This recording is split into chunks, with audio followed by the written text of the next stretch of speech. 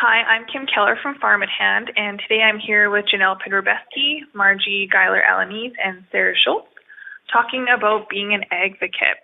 So being an advocate means something different for everyone, and I play a couple different roles in the ag industry. One, I am a founder of an ag tech company, and then I'm also a farmer. So I see a lot of the stress, and I experience a lot of the stress that a farmer is put under each year, and sometimes, it's unbearable. And farmers' mental health and well-being is incredibly near and dear to my heart.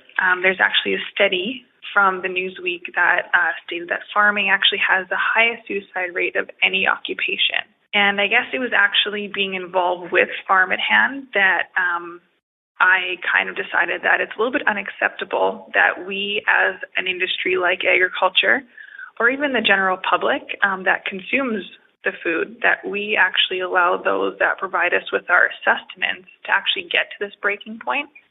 I feel that everyone needs to do their part to provide better support to all farmers, and I do mean all farmers, regardless if they're conventional or organic or, grain or dairy or poultry, whatever they may be. And that's actually why at Farm at Hand, we actually started the Farm at Hand Foundation, and our first project is an Indiegogo t-shirt campaign to raise both awareness and funds to support farmers' mental health and well-being. So we're doing this t-shirt campaign. All the net proceeds are going to farmer stress lines, first of all in Canada, and then hopefully expanding out throughout North America. And then down the road, hopefully globally, because this isn't just a problem that affects Canadian farmers. It's an issue that affects farmers globally. And I know, Sarah, you married into a farming family. You're a nurse. Do you have any comments on sort of the stress and the mental health and well-being that farmers or even farm families go through during the year? Yes, and it just goes to play into the stigma that mental health has in our society today. I mean, if you have diabetes, you don't just sweep it under the rug. You go to the doctor, you control your blood sugars, you take medications that you need to control that disease. Having depression, having anxiety, living a really stressful life and having a really stressful career, those are disease processes, and there's nothing wrong with admitting and having those diseases treated. It's the exact same thing, but unfortunately people don't feel that way, and society doesn't accept it that way either. And I think a lot of consumers don't realize that farming in the ag industry is an extremely stressful job. We had in Alberta this fall about 8 inches of heavy wet snow on September 9th, just completely blanket our wheat, flatten it down to the ground. This is money, this is time, and most importantly, stress. And it's very important to pay attention to your mental health on the farm and realize when to take a step back and just try to relax. And it's hard to relax as a farmer, but it's something that the women on our farm are very aware and trying to promote with the guys on the farm. I think that's actually raises a really good point, Sarah, in that it's often the women on the farm that are forcing the men to really talk about this kind of stuff and really become aware that they are dealing with a lot of stress, and we do need to take steps to make sure that, one, we're really taking care of ourselves, and two, making sure that we talk about it. Just, even as an industry, that we take the steps to really talk about it and not have it be a taboo subject anymore. Ginelle, have you ever had any experience being, you're right in the farm there with your dad and with everyone else on the farm? Do you have anything to add? I think you guys covered it very well also, but you're right. The lack of sleep that goes on during some of these busy seasons and during some of the busy times, and you being in an industry where you can work as hard as you want and do everything right, and at the end of the day, it's so weather dependent and it's out of your control. it can be very difficult to keep a level head throughout the growing season, and you're all right. The more we talk about it, the more we communicate. With any relationship failure, communication is typically right at the top of the list for why things fall apart. And it can snowball so fast into employee arguments and so on. So keeping the conversation open and discussing when stress levels get to the point that our things are getting too tough to handle is only going to benefit and to make things a little more tolerable when these stresses come up that we don't always have control over. Definitely, that's why we decided to go with the T-shirt campaign, because it's a light, kind of cheeky way to talk about a really serious subject, and also just raise awareness with the general public about this is what the person that grows your food and provides you that sustenance goes through on a yearly basis, and just to always kind of keep that in mind. And that's what drives me as a person in agriculture, and as that the buzzword of as an advocate. So Ginelle, what is it that makes you an advocate and makes you most passionate about agriculture? I would like to discuss the current challenges and stereotypes that are faced by women farmers or women in the ag industry, and we may have touched on some of these topics already. I know Marji touched on some of it, but it's such a big topic of discussion, and there's so many different areas that really you could talk about it for quite some time. So I think one of the biggest misconceptions or challenges that women face is that they're not seen as a major decision maker on the farm, like you had previously said, Marji. After walking around the crop production show in Saskatoon the second week in January, and really paying attention to subtle cues, you start to notice some of the stereotypes that are still present in this industry when it comes to women. I can't even count the amount of times that I would be discussing quotes on equipment or whatever the case may be, and I would hear the common, have your husband, or not just assuming that that's who I farmed with, have your husband get in contact with me for a quote, and here's my card, have your husband get a hold of me. And as we've said, the women are very influential when it comes to making these decisions. A lot of times we are running the equipment, so we make the decisions as to what technologies are important, what's worth spending money on, what isn't yet, what needs to be developed further. We on our farm anyway, I'm out running the sprayer and I see what weeds and diseases and bugs we're dealing with, and I do know what rotations need to look like and what changes need to be made. So there is still that stereotype in play, and I know I had another woman farmer who makes a lot of the decisions on her farm come up to me, and we kind of had this conversation, and she said the same thing, standing in the equipment area. And I'm not, one of the misconceptions is that things have evened out, because if you look on the seed or chemical or grain marketing side of things, often the women, there's just as many women working in these aspects of the industry, and they're sitting at the important tables and making the important decisions.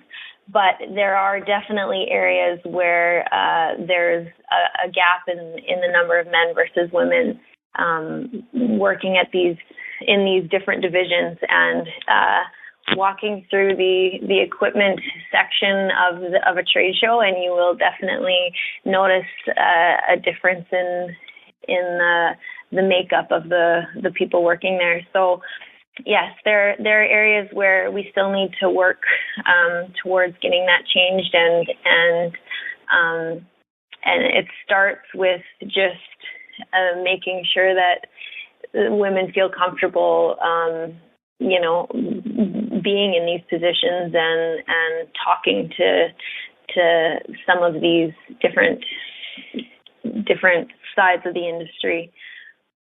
To kind of help with some of these stereotypes and make women feel like they have a support system within the industry. It's really important to know where to turn and who to talk to, and there are groups out there that can help mediate some of this stuff.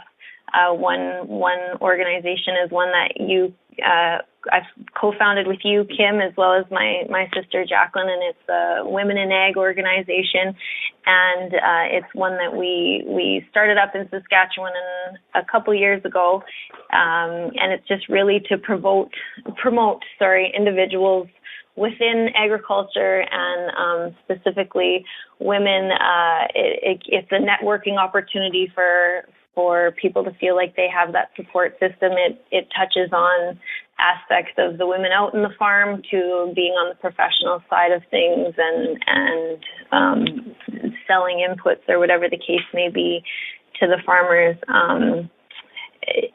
Any projects or initiatives like that are going on, I think these women should really get involved in, and as a whole, we can work towards breaking down some of these stereotypes.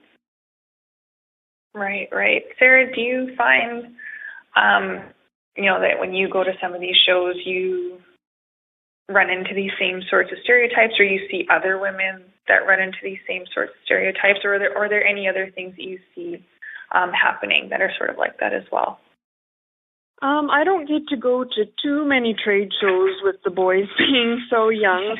And for me, marrying into the farm, not being raised on a farm or really just kind of learning as I go, I don't see that firsthand because it's not something I ever really want to be involved in to that degree on our farm.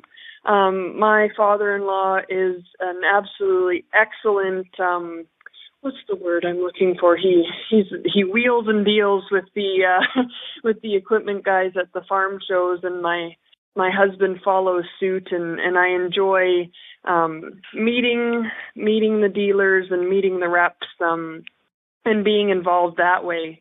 But for our farm anyway, I'm happy to leave the wheeling and dealing to the boys. Right. I know on our farm, and I think this is true of a few other farms that I know, is that it's often the women that, hold the purse strings at the end of the day. And it's the women that are really working with, the books and the accountants and that kind of stuff. We kind of make things tick in the background, and in that regard, it's really important that the people in the industry really start to look at us as important decision makers. And I know, Marji, you kind of touched on that before, and I'm wondering if you maybe want to expand on that a little bit as well with your experience with some of the women you meet through Farm Her. Can you repeat? I'm sorry. Can you repeat what I touched on before? Sorry. Just about women in the industry and being the drivers and lots of the decision makers, and your experience with that through Farm Her and some of the things that you've heard in your work. Yeah, I'd love to touch on that. First, let me say that as an advocate, I talked earlier about my connection to agriculture, being that I worked in the corporate world of agriculture in a large agribusiness for 11 years. And that world is very much like what Ginelle talked about with being a farmer at a trade show. Being a woman in that world, you are definitely in the minority, and in general, there's just stereotypes that arise. And so as I left that career and transitioned into Farm Her, I think that is a driving force of mine, because I've been in that situation where people may not take you seriously or may not look at you as a decision maker. And it's so important to hold women up and to shine a light on them to me and to say, hey, you are so important, and make sure you know that first, and then make sure other people know that. In general, talking about the important roles that women make, it's just, to me, it's so important to empower women and to connect them and to have resources for them to connect and network, because that gives them a direct way to encourage each other to take a seat at the table. To say, I am part of this, and I do make these decisions. And one thing that is passionate to me that I'm working on through Farm Her is a resource to continue to connect women in agriculture through the online world. And there are already other places doing something similar, but I'm undergoing a web redesign right now to have a community to better connect, I think, women in different types of agriculture. So maybe if you do need to go talk to somebody about mental health, or you do need to talk about, hey, I had this situation occur at a trade show or an equipment show that I was at, and I don't know how to deal with it, and I'm not sure what to do about it. And maybe this person is in a rural area and they don't have any direct contact to reach out to. Creating an online forum for them to discuss those things safely and securely and somewhat privately is, I think, super important. So that's something near and dear to my heart that I'm working on. But overall, women play such an important role, and I think empowering them in any way possible to feel comfortable in that role will go miles. And I think if women feel comfortable in their roles and are empowered in their roles, then the next generation will see that as well, and it'll only get easier. A wise person that I was able to listen to speak not too long ago here in Central Iowa talked about, if you're in a situation to hire women, definitely do that. And I mean, obviously there's qualified candidates in men too, but if you're a woman, help out another woman and keep the line going. And over time, those perceptions and those stereotypes will continue to break down, and it'll get a little easier for every generation that comes along. Right. Yeah, communication and having those role models is incredibly important, because it gives that next person just that little extra push and that little bit of extra courage to really stand up and say something and become involved. And actually, I think, Sarah, that's probably something that you can really speak to with what you're doing, being that voice and taking a stand on things, and often, coming under fire for it, but you just keep going. And I'd really like, if you could tell us about your experience as an advocate and what's really driving you and how you got into that position. Yeah, sure. What really got me started about blogging and advocating, as we call it, was about 2 years ago when my husband was new on Twitter. I signed him up for Harvest about 3 years ago, I guess, 3.5 years ago, and he was noticing things pop up on his feed, a lot of untruths, a lot of misinformation shared, and said, you have a well-established blog. You should start writing about some of these hot topics in the agriculture industry to reach out to your audience, the moms that read your blog. And I came across a Twitter party with the hashtag Similac No GMO, and it was a plight to get Similac, a formula company, to be the first in their industry to remove GMOs from formula. So I decided to check what this was all about, and